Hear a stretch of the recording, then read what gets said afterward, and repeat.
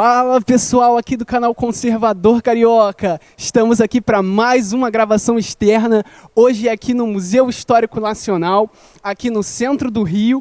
Vamos mostrar um pouco da construção, que você vendo assim fala, uau, os escudos é bem amplo, você vê um museu. Não foi sempre um museu, ele começou com estruturas militares, chegou a ter um forte aqui que faz parte das imediações, chegou até a ter uma prisão dos escravos, mas em 1922, o atual presidente da época fez uma remodelagem total e transformou esse local num Museu Histórico Nacional, em comemoração também à festa do centenário da independência. Agora vamos mostrar um pouco das imediações, das exposições, que vai ser muito interessante e é só vocês acompanharem aí no vídeo. Voltamos aqui para mostrar mais uma peça incrível aqui do museu, com essa estátua equestre de Dom Pedro II. Eu acho maravilhoso, porque é muito raro ver uma estátua equestre de Pedro II. Eu nunca tinha visto uma antes, e essa daí é conhecida como a rendição de Uruguaiana. E ficou tão bem feita e tão famosa que chegou a ser exposta na Exposição Universal de Paris, uns anos depois da guerra. E aqui vocês podem ver mais esculturas de personalidades ilustres daquela época, como o Barão do Rio Branco, Teixeira de Freitas e Visconde de Mauá. Nessa exposição aqui, ela é chamada de Do Móvel ao Automóvel, porque ela começa desde os meios de transporte mais primitivos, como vocês poderão ver numa próxima tomada, que são as cadeiras de arruar, que estão ali em cima, que remetem a transporte de antigos imperadores, até egípcios e romanos, onde eram colocados em 4 pessoas, onde eles carregavam pessoa que estava sendo transportada. Aqui ao meu lado possui o começo do uso das rodas, com as berlindas. Não estudei, mas possivelmente deve ser alguma alusão a Berlim, que são essas primeiras carruagens aqui, onde a gente vai mostrar no próximo take mais exemplos da carruagem e de como os meios de transporte foram evoluindo ao longo do tempo.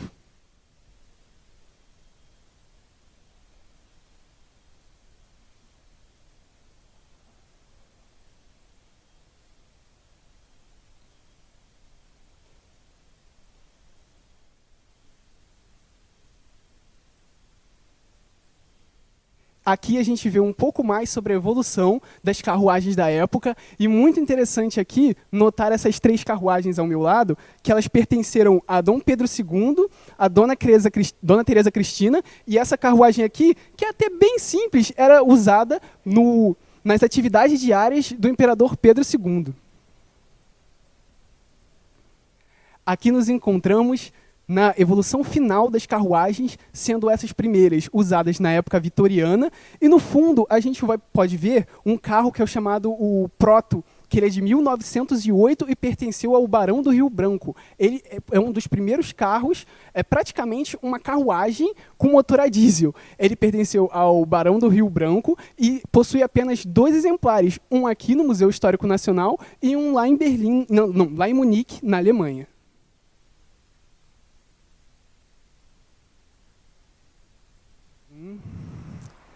Aqui no Pátio de Santiago, podemos dizer que é onde tudo começou, onde ainda é possível ver as fortificações e os canhões usados para defender a Baía de Guanabara das invasões francesas que ocorriam na época. E esse barulho que vocês estão ouvindo é porque aqui atrás é o Terceiro Comar e o Aeroporto Santos Dumont.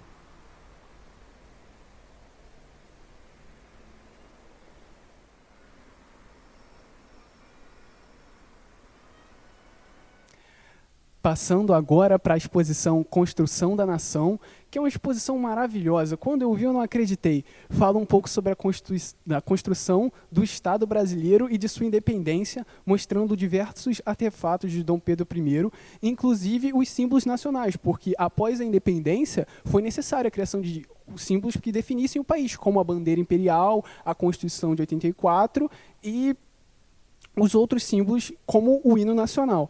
E eu achei muito interessante mesmo dessa exposição, uma réplica ali da varanda do Paço Imperial, onde Dom Pedro I falou teve o dia do fico, e os capacetes dos dragões de independência, que eu não acreditei quando eu vi, eu pensei que fossem réplicas, e é incrível estar tão perto de uma história tão importante, tão incrível e tão maravilhosa do nosso país.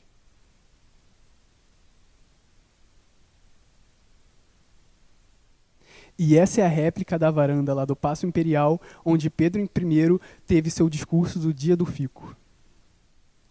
Aqui vocês podem ver um trono utilizado por Pedro II no Supremo Tribunal da Justiça Militar, onde dá para ver pelos seus adereços e pelos seus detalhes que mostrava como um monarca se colocava no lugar de destaque perante o Estado.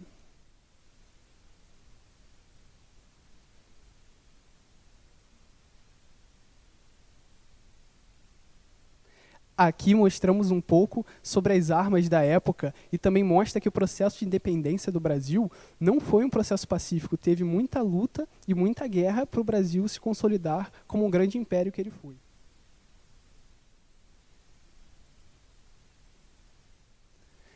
Aqui nessa sala mostra um pouco do contraste do Brasil da época, mostrando tanto a situação da nobreza quanto a situação dos escravizados.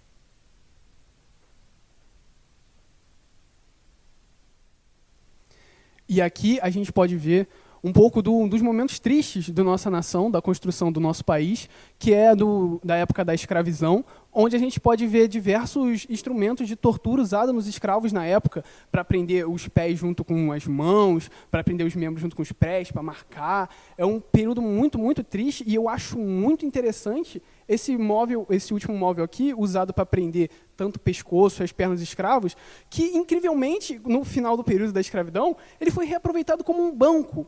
Os pés não são os originais, são feitos pelo museu, mas saber que esse traço da história do nosso país foi tipo jogado, usou um negócio aqui, bota um banco, tipo, a naturalidade, senta aí em cima do negócio que torturava os escravos. É realmente um contraste sobre como tratavam a escravidão na época.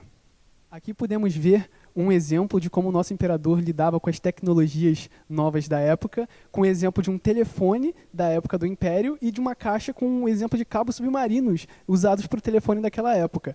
Também podemos ver aqui embaixo um pouco das charges da imprensa, que naquela época uma das grandes coisas que o imperador defendia era a liberdade de imprensa, onde qualquer um podia criticar qualquer um.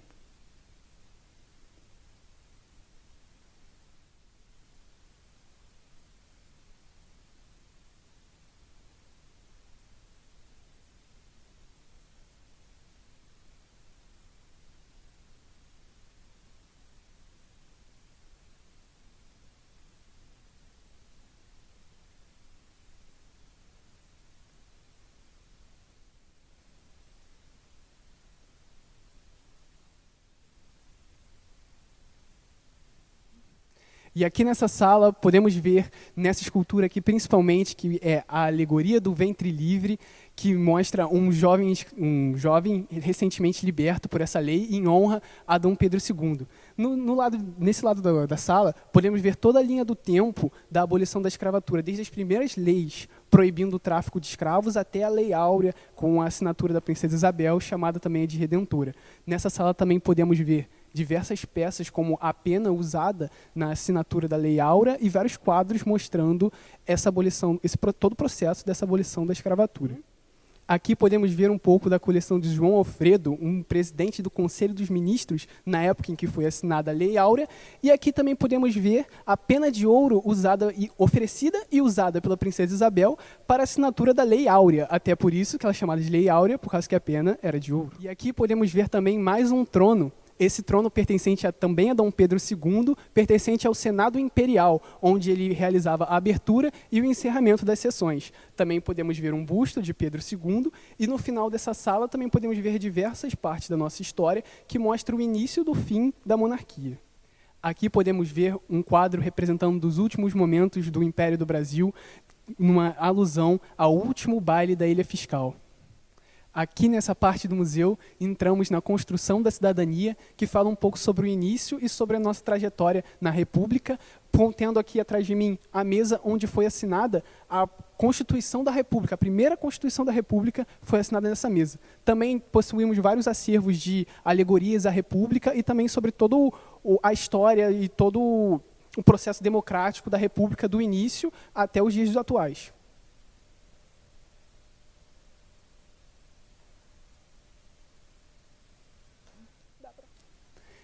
Essa parte do museu fala também da construção do cidadão e de todos os seus direitos, do direito ao voto, ao trabalho, também ao consumo.